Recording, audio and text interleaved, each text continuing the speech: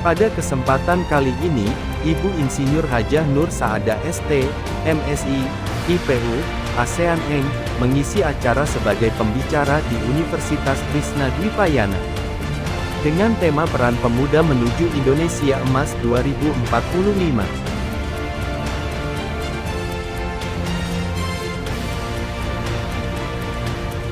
Acara tersebut dilaksanakan pada hari Rabu, tanggal 14 Juni tahun 2023.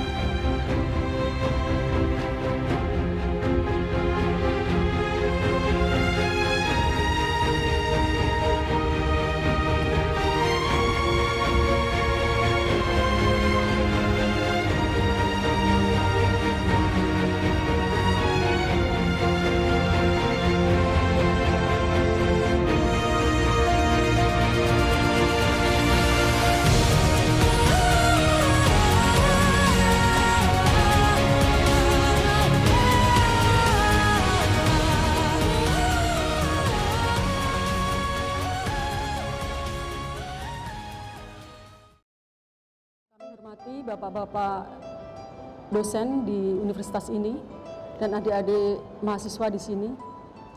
Sebenarnya kami sudah mempersiapkan makalah lengkap. Kami juga sudah bawa tim lengkap. Ada 4 tim yang saya bawa. Karena saya biasa berbicara di muka umum, di dalam undangan itu mesti bawa tim 4 atau 5 orang setiap saya bicara. Tapi tidak tahu kendala apa, tidak bisa ada suaranya, tidak ada juga gambarnya yang kelihatan. Jadi saya tadi datang ke sini membawa 5 tim yang biasa setiap mengikuti kemana langkah saya pergi. Jadi sebenarnya bapak-bapak bisa juga lihat nanti di YouTube mengenai kegiatan-kegiatan yang kami lakukan. Atau mungkin nanti misalnya setelah saya selesai bicara bisa ada suaranya. Nah, ini padahal di sini adalah Fakultas Teknik. Ya. Jadi saya backgroundnya insinyur teknik kimia, diminta untuk berbicara mengenai peran pemuda menuju Indonesia emas. Sebelum saya berbicara mengenai masalah peran pemuda menuju Indonesia emas tahun 2045, jadi perlu diketahui dulu bahwa Indonesia akan mencapai keemasan pada tahun 2045, tepat saat usia kemerdekaan mencapai 100 tahun. Untuk menyambut usia emas tersebut, seluruh elemen bangsa, salah satunya adalah generasi muda, dan yang hadir di sini adalah mayoritas generasi muda, memiliki tanggung jawab mempersiapkan bangsa Indonesia menjadi lebih kuat dan maju ke depan. Indonesia 2045 adalah mimpi kita semua untuk mewujudkan Indonesia yang mampu bersaing dengan banyak negara maju. Indonesia diharapkan sudah menyelesaikan berbagai masalah dasar seperti kemiskinan. Nah, kemiskinan ini juga kenapa juga saya mendirikan yayasan. Saya ada yayasan Nur Saadah Dimyati, banyak kerjasama dengan luar negeri. Kemarin baru datang dari delegasi Vietnam, delegasi Korea Selatan, delegasi Guangzhou, dan pengurusnya adalah para insinyur, perempuan, tidak ada laki-laki. Saya kerja di perusahaan oil and gas di Pertamina sebelumnya, itu juga laki-laki. Saya direktur di perusahaan gas juga anak buah saya laki-laki semua. Jadi Menuju Indonesia Emas itu perlu adik-adik semua ini dipersiapkan dari sekarang. Bagaimana perannya? Saya jelaskan dulu, apa itu Indonesia Emas? Indonesia Emas 2045 adalah impian para generasi muda di Indonesia untuk membentuk negara dan yang mampu bersaing dengan bangsa lain, serta bisa menyelesaikan masalah-masalah yang mendasar di tanah air seperti korupsi dan kemiskinan. Kembali lagi kemiskinan. Jadi yang mampu harus mampu bersaing. Indonesia Emas akan terjadi pada 100 tahun kemerdekaan Republik Indonesia pada tahun 2045. Untuk menjadi Indonesia Emas ada beberapa faktor yang mengaruhi, yaitu kualitas sumber daya manusia, terutama pemuda Indonesia. Pemuda Indonesia memiliki peran penting sebagai generasi bangsa yang bisa menjadi pemimpin Indonesia dan bisa mengambil keputusan yang tepat demi pertumbuhan ekonomi dan kemajuan negara Indonesia. Salah satu peran nyata yang dapat diberikan oleh generasi muda dalam menyongsong Indonesia Emas 2045 adalah memberi inspirasi kepada generasi muda lain untuk dapat belajar dan berkarya sebaik mungkin. Memberi inspirasi. Untuk adik-adik semua ini memberi inspirasi, kita harus berkualitas unggul. Tanpa kita punya kualitas unggul, nggak mungkin kita akan bisa memberi inspirasi pada generasi atau teman-temannya. Nah, itu adalah peran nyatanya. Di sini disampaikan peran pemuda menuju Indonesia Emas. Satunya adalah memberi inspirasi. Kedua, harus bisa memberikan dorongan kepada teman-teman mahasiswa bahwa di pundak mereka ada tanggung jawab yang sedang menanti. Memberi dorongan. Melalui SDM yang memiliki kemampuan, melalui pendidikan yang tinggi, melalui penguatan teknologi dapat lahir SDM yang memiliki cara berpikir yang inovatif, transformatif, dan mempunyai keterampilan. Jadi tadi yang perlu disampaikan, inovatif, kreatif, memiliki keterampilan. Salah satu operasikan komputer tadi adalah memiliki keterampilan. Itu adalah termasuk teknologi. Nah, ini suatu pelajaran. Next di sini adalah Fakultas Teknik. Kemudian mengingatkan pentingnya peran generasi muda dalam menjadikan Indonesia sebagai negara yang maju dan kuat di usia emas 100 tahun nanti. Saya berpesan agar peran penting ini dapat dilaksanakan dengan baik untuk memajukan bangsa dan negara. Peran pemuda sangatlah penting guna terwujudnya Indonesia Emas di tahun 2045. Pemuda sangat diperlukan di setiap era dan membawa perubahan.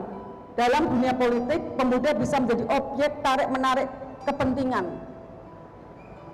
Jumlah pemilih pemula dan pemuda yang besar menjadi target sarana politik.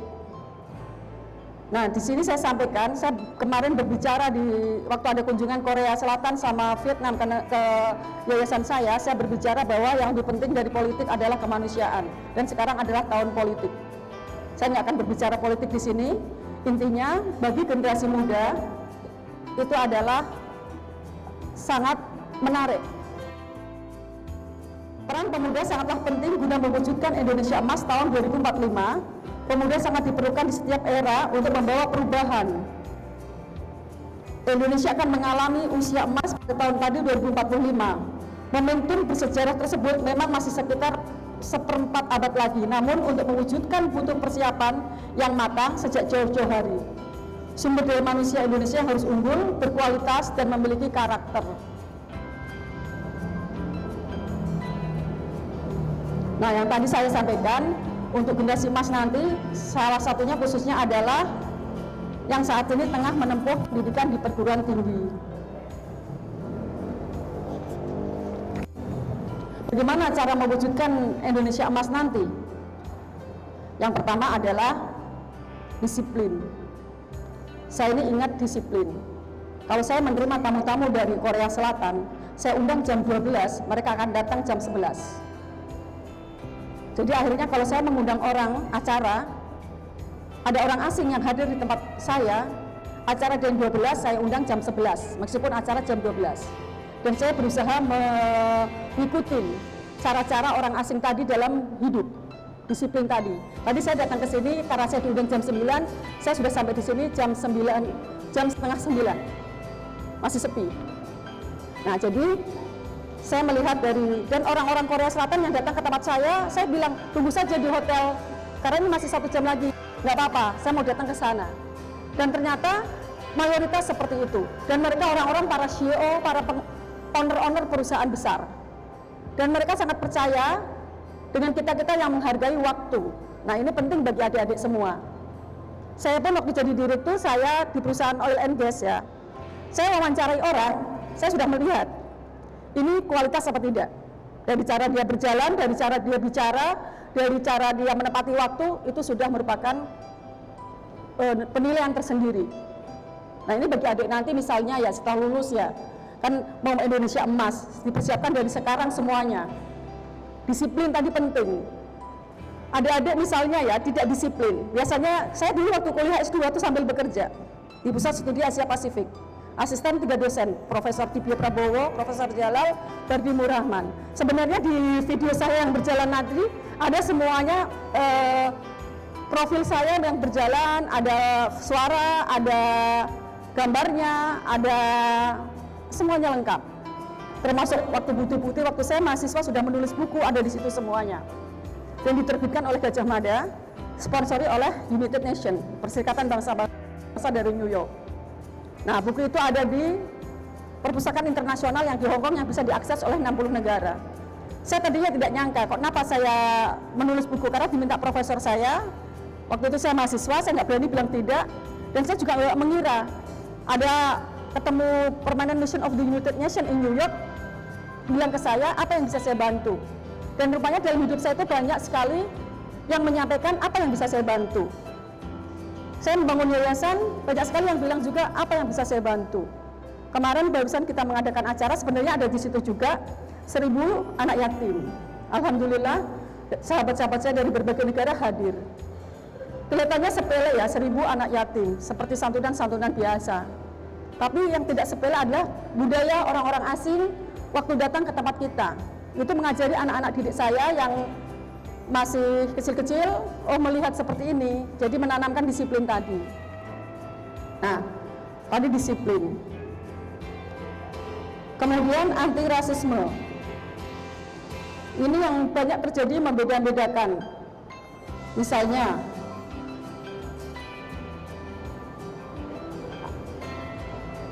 kamu kan sukses, karena kamu, mohon maaf ya, dia sukses karena dia China, itu nggak boleh.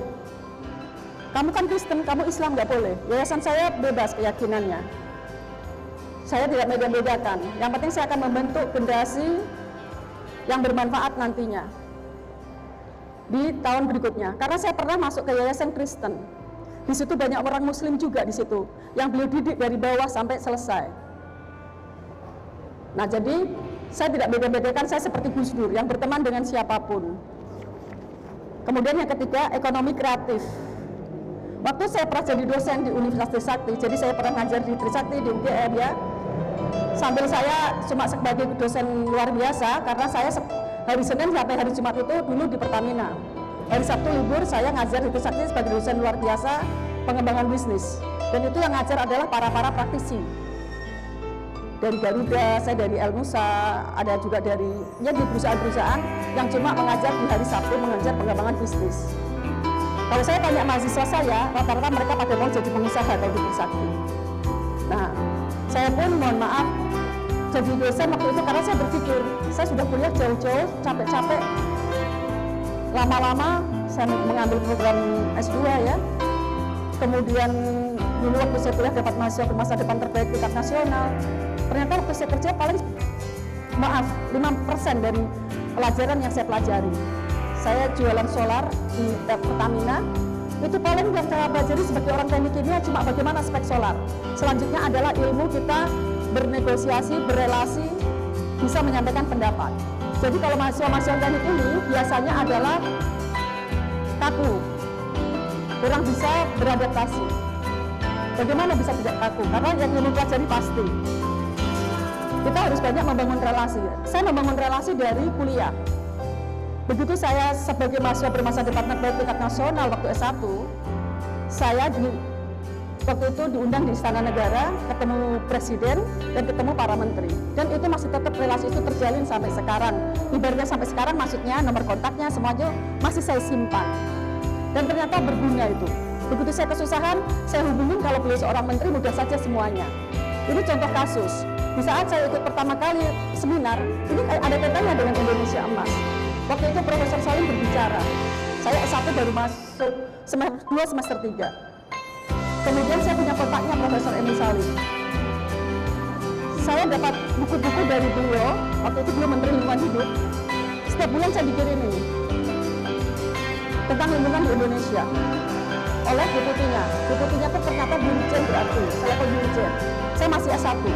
Sudah cerita karena saya baca terus, apa manfaatnya relasi tadi? Networking. Waktu saya mau menyusun tesis, saya WA ke Profesor Emil Salim. Prof, saya mau menyusun tesis. Saya ngambil tentang global warming di Gajah Mada. Beliau cuma kirim saya 1 lembar kertas waktu saya ketemu di Jakarta. Tulisannya cuma gini, zaman dahulu tuh kalau menteri sakti ya, cuma bilang gini tulisannya, mohon dibantu.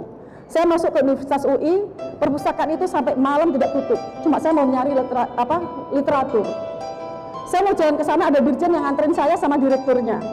Maksud saya, dirjen itu nunjuk orang kepercayaannya untuk nganterin saya ngambil dokumen-dokumen di perpustakaan tersebut. Ada seorang dirjen juga yang menyiapkan hotelnya. Dan saya juga nggak tahu, cuma gara-gara saya tunjukin kertas tulisan Profesor Emil Salim tadi. Ini nyata. Nah, kemudian saya memberi gambaran pada adik-adik semua ini. Jadi adik-adik jangan merasa rendah diri misalnya, saya cuma mahasiswa, tidak. Mahasiswa punya kelebihan yang luar biasa. Kemudian, semoga pengalaman hidup ini bisa membuat adik-adik ini menjadi di Indonesia Emas, nanti berarti usia adik-adik adalah 40 tahun.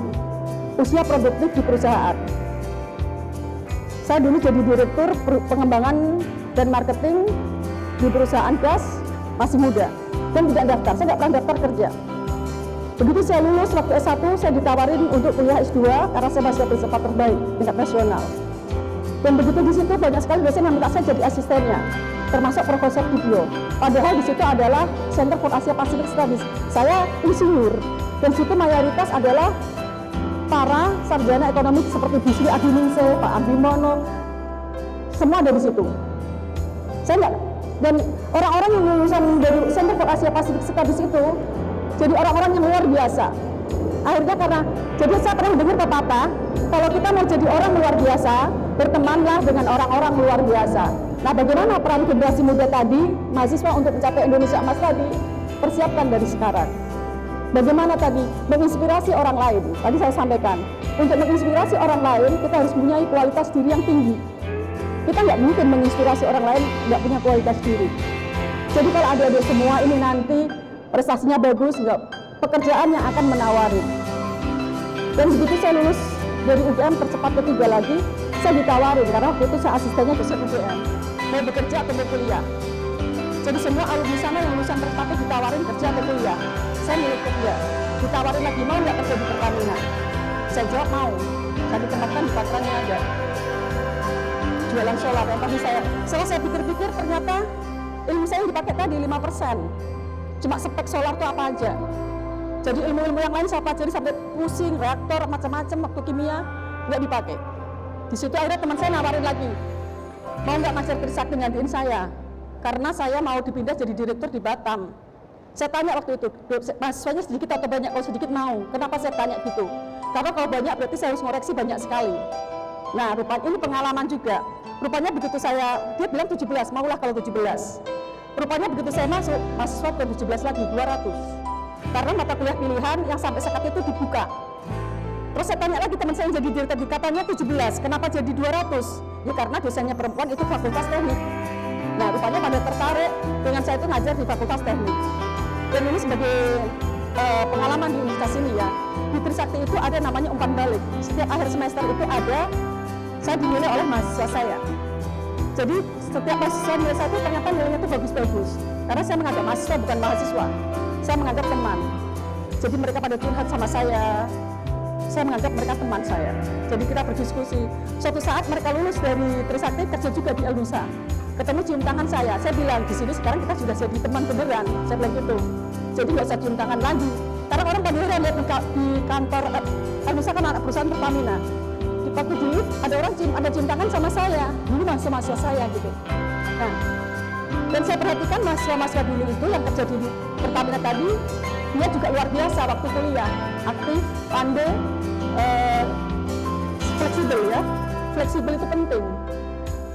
Kalau kita terlalu kaku, waktu saya pertama kali masuk Patra Niaga, saya lihat direktur saya cuma S1, vice president saya cuma S1, saya S2 cuma jadi anak buahnya pertama kalinya.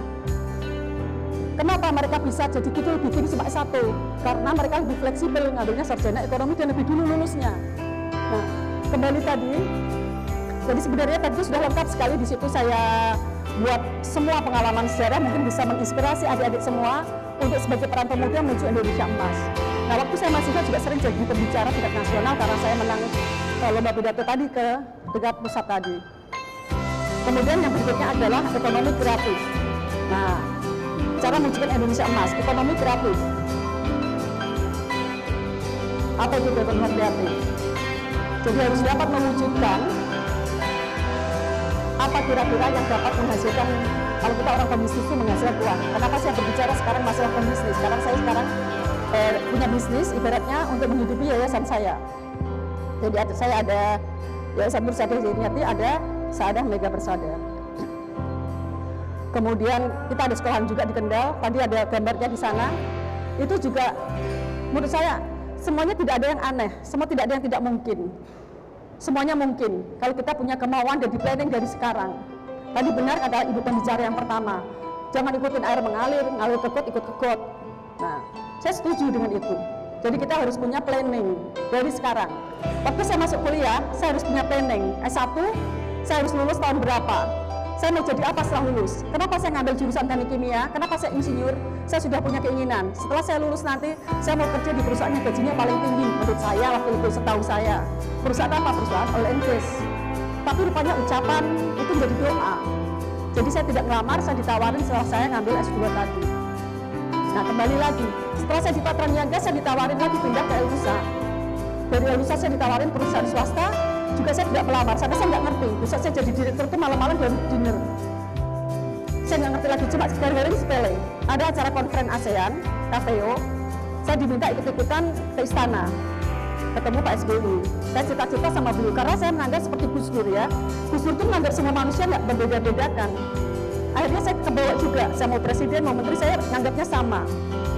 Jadi waktu Pak SBY waktu itu bicara di istana sama teman-teman saya cita-cita sama beliau, teman saya pada heran. Terus supaya dengan cita-cita begitu ke presiden, ada yang mendengarkan cita saya, beliau bilang gini, besok datang ke kantor saya, beliau honor. Terus malam itu saya tawarin sebagai direktur, saya masih bingung alamatnya di mana besok saya berangkat. Nah, jadi kenapa kita dalam kehidupan itu banyak kemudahan, mungkin ya orang melihat banyak kemudahan, sebenarnya tidak mudah ya. Saya meraih semua itu dengan belajar sangat keras dulu. Nah, ini fungsinya adik-adik semuanya di sini juga perlu belajar sangat keras. Terus saya sampaikan tadi, orang-orang yang sibuk itu akan lebih selesai menyelesaikan pekerjaan. Waktu saya S2, saya sambil bekerja, sambil asisten juga dosen, nulis buku. Nulis buku Small Medium Enterprises yang tadi ada di perpustakaan internasional di Hong Kong. Yang masukin bukan saya. Sepertinya yang memasukkan adalah Permanent Mission of the United Nations in New York, karena saya dapat sponsor dari sana. Bisa diakses 60 negara. Nah, terus waktu saya sudah buku di UGM, rektor saya bilang, dosen-dosennya keselip. Karena waktu itu saya mahasiswa pertama yang nulis buku yang diterbitkan oleh Gajah Mada. Dan gratis saya bagi-bagikan karena perjanjian dengan sponsor nggak boleh dijual belikan. Seluruh universitas dapat di Indonesia, perusahaan lembaga-lembaga internasional juga kita bagikan ke New York, kemana-mana, karena sudah internasional. Relasi tadi penting ya, untuk mewujudkan kita, perannya generasi muda itu apa? Tadi adalah perannya pertama harus menjadi generasi muda yang unggul. Sudah kata unggul itu sudah bisa menginspirasi, mewujudkan cita-cita tadi. Yang terakhir, yang berikutnya adalah berdoa. Semuanya sudah kita planning, masak-masak semuanya impossible.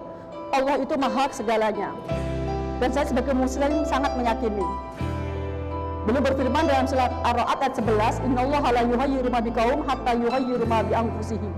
Sesungguhnya Allah akan merubah nasib suatu kaum jika kaumnya sendirilah yang merubahnya. Itu yakin saya. Tadi nggak bisa kita tidur-tidur kemudian besok jadi direktur. No. Kita kerja di perusahaan oil and gas sangat ketat. Kita nggak boleh terlambat. Kita kerja bisa sampai jam 11 malam dan orang nggak ada yang capek di situ. Karena memang fasilitas luar biasa. Kalau saya masuk perusahaan saya di El Nusa seperti hotel bintang 5. Saya masuk perusahaan gas seperti hotel bintang 5. Jadi perusahaan-perusahaan tempat saya kerja itu seperti hotel bintang 5. Kamar mandi itu dibersihin setiap 5 menit, jadi wangi di kamar mandi. Akhirnya saya menciptakan yayasan saya juga seperti waktu saya tempat saya kerja dulu. Apalagi orang-orang asing kalau datang ke yayasan saya kan, mereka sangat safety, sangat bersih. Nah akhirnya berdoa itu penting sekali, tirakat. Saya dekat dengan para ulama, jadi beliau itu banyak ngasih doa-doa ke saya. Nah ini penting bagi adik-adik semua yang beragama muslim maupun non-muslim, berdoa. Seperti apapun kita upaya, segalanya ketentuan di Allah Subhanahu wa Ta'ala. Nggak bisa. Kita sudah merencanakan seperti misalnya saya sih sudah kesini sudah merencanakan luar biasa dengan tim saya. Lembur-lembur kita susun yang ada 2 poin yang mau kita sampaikan tadi. Karena saya mau menginspirasi mahasiswa di sini. Semua videonya ada, termasuk saya konferen Majelis Persatuan Insinyur Indonesia, ada di Singapura, ada di Kamboja, ada di Bangkok, Vietnam. Kemarin terakhir saya pergi ke Jordan untuk membangun rumah sakit Indonesia Palestina. Sebelum saya berangkat saya ketemu Pak Jokowi. Nah saya dididik untuk biasa saja. Saya cerita dengan beliau, ini mungkin suatu pengalaman ya. Bapak saya besok mau berangkat ke Palestina, mohon perlindungan karena perang. Teman-teman saya pada takut berangkat. Dan teman-teman isinya pada bilang berangkat dulu, nanti kita menyusul. Terus ternyata apa yang terjadi? Paspor saya itu kurang dari 3 bulan itu nggak bisa berangkat. Tapi saya berdoa nggak berhenti. Kemudian saya telepon ketua PBNU, bagaimana Pak? Karena itu sudah mewakili antar negara. Terus kata beliau, tetap berangkat narik dubes Indonesia untuk Arab Saudi adalah dari NU. Saya sudah selamat. Jadi saya benar-benar berdoa terus di Multazam selama 2 hari itu teman-teman pada nanya, Bu, baru pertama kali umroh ya katanya, sudah sering saya bilang gitu. Cuma saya nggak cerita, kalau saya takut sekali apa yang terjadi di Palestina. Apa yang terjadi? Dan waktu begitu kita naik ke pesawat, apa yang terjadi? Pesawatnya kosong, cuma tim kita. Pesawat Garuda Boeing yang isinya 500 orang, cuma tim kita 7 orang. Nah, itu mungkin karena doa atau mungkin karena saya bicara dengan Pak Jokowi kemarin waktu sebelum berangkat. Kemudian apa yang terjadi lagi? Di bandara, begitu kita turun, paspor saya nggak diperiksa, karena kita sudah disambut oleh kedutaan. Jadi nggak dicek lagi. Saya berpikir lagi, ini karena Pak Jokowi saya bicara atau karena saya berdoa di Multazam. Dan yang lebih bagus lagi, kita hotelnya raja, dan perjanjian semua ada di Yordan. Orang Palestina yang datang di Yordan, Indonesia datang ke Yordan, Duta Besar Indonesia di Yordan, sama menterinya datang di Yordan. Nah, saya nggak menyalahkan teknis ini, mungkin ini sudah ketentuannya. Meskipun sudah kita persiapkan luar biasa, tapi saya nggak kecewa. Kenapa? Saya akan kecewa kalau saya nggak mempersiapkan semuanya dan saya gagal. Yang ada tulis dan ada pikiran, itu nanti akan ini sendiri. Lihat lagi, mana yang tercapai. Saya dari dulu suka menulis. Maksudnya gini, plan hidup saya apa nih? Ada yang tercapai, ada yang tidak. Setidaknya apa yang kita rencanakan, kita raih. Nah gitu. Ini contoh sepele, waktu saya mendirikan sekolah tinggi. Saya bukan dosen tetap atau apa, saya cuma dosen yang berangkat setiap hari Sabtu. Paling 2 jam, 4 jam. Tiba-tiba paman saya yang pengusaha, beliau itu bukan orang kuliahan, cuma pengusaha. Bilang ke saya untuk mendirikan sekolah tinggi. Nah, saya tuh bingung mau kemana saya mendirikan sekolah tinggi ini caranya. Kalau saya mendirikan kilang saya bisa, karena saya kerjanya di Pertamina. Nah akhirnya saya ketemu orang-orang PII, beliau bilang gini, wah itu susah, apa itu mumet. Jadi rupanya kata-kata susah, kata-kata mumet, itu juga realisasi. Akhirnya saya ketemu orang NU, bilangnya begini, ketemu ketua BNU yang pada punya universitas, wah itu mudah bener. Intinya, akhirnya berjalanlah sekolah tinggi saya yang pertama, dan alhamdulillah, dalam waktu yang singkat, tapi saya nggak melupakan doa lagi. Waktu saya diminta presentasi, saya bilang gini sama Dirjen Dikti, Pak, kita sedang mau umroh Pak, jadi nanti pulang umroh, kita berdoa dulu di Mekah dulu. Akhirnya kita dapat izin. Kemudian kita mendirikan universitas, saya ketemu menterinya langsung, Menteri Kemendikbud Dikti. Kita rapat bertiga, sama didampingi ketua PBNU. Saya akan berpikir, kalau tadi teman-teman insinyur saya bilang susah, saya akan berpikir pada teman-teman yang bilang mudah. Ternyata mudah bener. Begitu saya ketemu Pak Menteri, kita rapat bertiga, beliau akan bilang, beri saya waktu untuk ngecek. Cuma bilang gitu. Saya bilang begini ke menterinya, yang bener. Karena selama ini saya juga sering dapat janji-janji indah. Nah singkat cerita, universitas ini akhirnya berhasil juga berdiri. Jadi perjuangannya luar biasa. Waktu fakultas teknik, arsitektur yang kita bangun karena saya insinyur, mahasiswanya satu, dosennya satu semester itu dosennya Kalau 10 mata kuliah, berarti dosennya itu 20 SKS, dosennya 10 yang kita gaji. Mahasiswanya 1. Tapi kita tetap punya keyakinan bahwa suatu saat akan besar. Karena kita akan berusaha dengan cara Allah melihat. Dan alhamdulillah, lebih ya tadi seperti yang dilihat di sana. Kita punya SMP, SMA, dulu pernah 10.000 semuanya.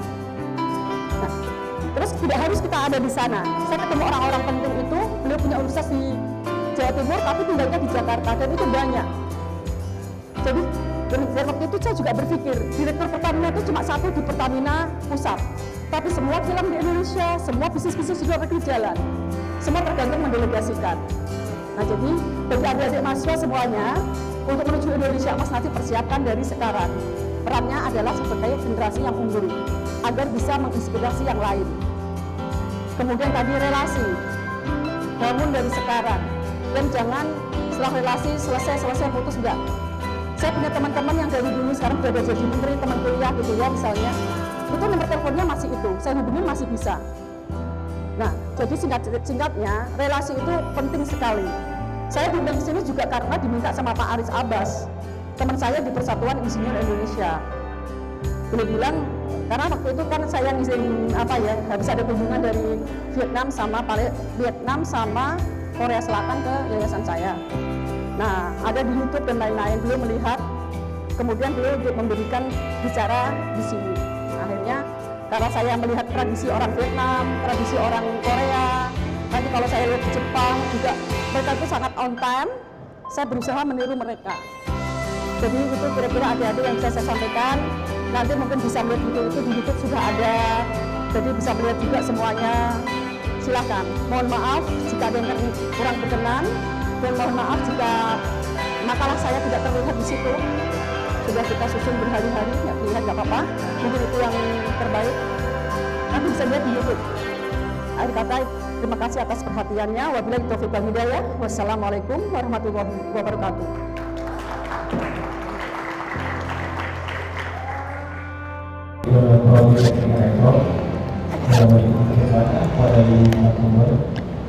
Bagaimana sikap dan menjalin relasi para pemuda Indonesia 2045 walaupun pemuda sekarang kita tahu tidak beberapa tahun ke depan gitu.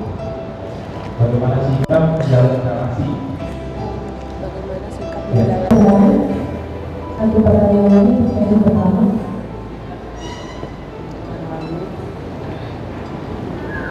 Tadi itu perempuan. Sedangkan penonton itu usianya 20-an dan mengajarnya kalau saat di sekolah. Terus itu step awal kita menuju Indonesia dan bukan itu masa harus bagaimana, sedangkan kita mahasiswa. Relasi yang pertama, kita diajari cara berbicara, diajari cara berkomunikasi yang efektif. Semua diajarkan, jadi kita benar-benar di training luar biasa. Karena marketing itu kan ujung tombak suatu bisnis. Nah, relasi yang kita bangun dari 2-3 tahun nanti yang akan datang dimulai dari sekarang, itu kita nggak tahu ke depan akan apa yang terjadi. Jadi, contohnya saya tadi contohkan dengan Profesor Emil Salim. Saya cuma ketemu di dalam seminar, saya masih mahasiswa S1, saya nggak menyangka di saat S2 beliau begitu luar biasa memberi pertolongan ke saya. Kemudian yang di New York itu satunya itu cuma waktu saya rapat stafnya. Saya pun nggak menyangka, dan saya sampaikan tidak pernah membeda-bedakan orang. Dia datang ke New York untuk rapat dengan saya. Beliau staf waktu itu, tapi saat ini beliau adalah waktu itu sekretarisnya Pak Jokowi. Nah, ternyata ada hubungannya semuanya. Dengan beliau sekretarisnya, saya komunikasi muda, kemudian sama-sama alumni UGM, sama komunikasi dengan Pak Jokowi juga muda, akhirnya begitu. Karena saya nggak memandang itu presiden atau apa, tapi sebagai satu alma mater. Nah, itu contohnya. Jadi relasi itu merupakannya adalah kita menempatkan dia seperti raja, dan kita memposisikan kita sebagai pembantunya, dan kita harus punya feeling atau tanggap sekali apa yang diperlukan. Berikan kesan pertama yang beliau akan teringat. Dari mulai berbicara, sikap, dan kemudian penampilan, itu berikan. Kalau saya ketemu orang pertama kali, sebelum tadi saya ketemu orang tersebut, saya sudah pelajari siapa orang tersebut, lengkap datanya, komplit. Karena kita kalau di perusahaan oil and gas misalnya, itu kan yang kita jual tidak murah-murah, Kita jual week aja sampai miliaran, ratusan miliar. Tender-tender itu bisa sampai T, 2 T dan sekian. Nilainya seperti itu. Jadi begitu kita akan rapat dengan si A, kita sudah cek semuanya siapa orang tersebut. Nah itu cara memperlakukannya adalah kita memperlakukan dia seperti raja. Kita pada posisi seolah-olah kita ini pembantu meskipun kita sangat tinggi. Jangan tonjol-tonjolkan kita siapa, rendah saja. Agar dia tidak nggak merasa gini, nggak merasa terbatas untuk berbicara. Karena waktu Profesor Emil Salim beliau menteri berbicara dengan saya seorang mahasiswa, beliau juga nggak merasa saya menteri juga. Beliau low profil tetap sebagai seorang dosen. Itu benar-benar. Terus kemudian saya asistennya Profesor Dibio Prabowo. Itu waktu itu beliau ketua umum ISEI. Beliau juga memperlakukan saya, tidak merendahkan saya.